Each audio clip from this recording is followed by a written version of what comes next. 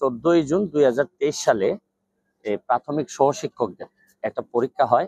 এই সার্কুলার দেয় ঢাকা এবং চট্টগ্রামে প্রায় 11 লক্ষ মানুষ এটার জন্য কি করেন, এই পরীক্ষা দিয়েছিলেন। তো 11 লক্ষ মানুষ এটাতে পরীক্ষায় বসছিলেন।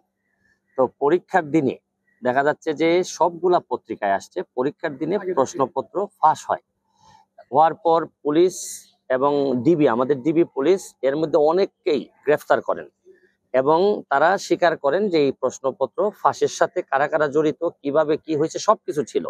এবং অনেকগুলা পত্রিকায় এই রিপোর্ট আসার পরেও দেখা যাচ্ছে যে আমাদের মন্ত্রণালয় থেকে এখন পর্যন্ত কোনো ধরনের ইনকোয়ারি তো দূরের কথা, বরং তারা এইটারে ইগনোর করে সামনের দিকে এগিয়ে যাচ্ছেন। তারা বাইবা কল করতেছেন, বাইবা হচ্ছে এবং বাইবা চলতেছে।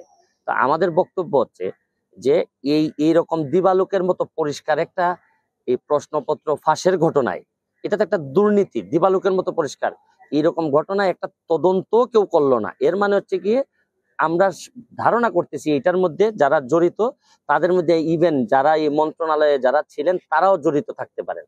এই জন্য আমরা আদালতে, আমরা আজকে মহামান্য হাইকোর্টে আসছিলাম, আইসা আমরা এই একটা ইনকোয়ারি চেয়েছি এবং এই যে ফ্রেশ একটা পরীক্ষা নেওয়ার জন্য বলছি। এবং কেন না নেওয়াটা বা এই যে ফেয়ার একটা তাদের যে ফেয়ার একটা এক্সাম করতে না পারাটা কেন অবৈধ হবে না, আমরা রুল চেয়েছি। মাননীয় আদালত আমাদেরকে রুল দিয়েছেন, ভাইবা বসি যে পরীক্ষাটা, ভাইবা পরীক্ষাটা স্টে করে দিয়েছেন 6 মাসের জন্য এবং একটা ইনকোয়ারি কমিটি করে 3 মাসের মধ্যে ইনকোয়ারি রিপোর্ট হাইকোর্ট বরাবরে জমা দিতে বলেছেন। এই সার্কুলারটা 2023 সালের 14 জুন, এটা ওই সার্কুলারে এখন পর্যন্ত এই প্রসেসটা চলতেছে, ভাইবা চলছে। এর আগে তো রিটেন ছিল, রিটেন হয়ে গেছে। এবং দুর্নীতিটা এবং প্রশ্নপত্র ফাঁসের যে বিষয়টা, এটা কিন্তু এমসিকিউর সময়, এই যে 100 মার্কের যে একটা এমসিকিউ থাকে ওই সময় হচ্ছে গিয়ে দুর্নীতিটা। হ্যাঁ, সব ভাইবা তো এখন পরীক্ষাটা হয়েছে, নিয়োগ তো পরে, ভাইবার পরে তো রেজাল্ট দিবে, রেজাল্ট দেওয়ার পরে না নিয়োগের প্রশ্ন।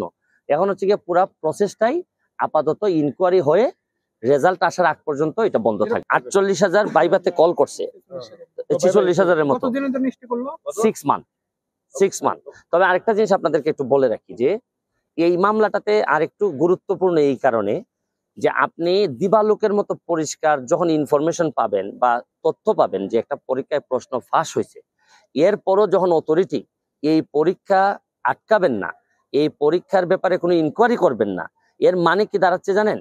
যে পরবর্তী পরীক্ষায় আরো উৎসাহিত করা, যে আসেন দল বল মিলে আমরা প্রশ্নপত্র ফাঁসে আমরা জড়িত হই এবং প্রশ্নপত্র ফাঁস করার মধ্য দিয়েই আমরা জাতীয় জীবনে আমরা বিভিন্নভাবে চলেন, আমরা একসাথে মিলেমিশে আমরা ছাত্রদেরকে পড়াই। এবং এই যারা টাকা পয়সা দিয়ে এরকম প্রশ্নপত্র ফাঁসের মধ্য দিয়ে যেসব টিচার হবে, আপনার কি মনে হয় যে বাকি 30 বছর এরা কোনো ভালো বাচ্চা এই আমাদেরকে দিতে পারবে এই জেনারেশনকে? এই জন্য এটা খুবই গুরুত্বপূর্ণ একটা বিষয়।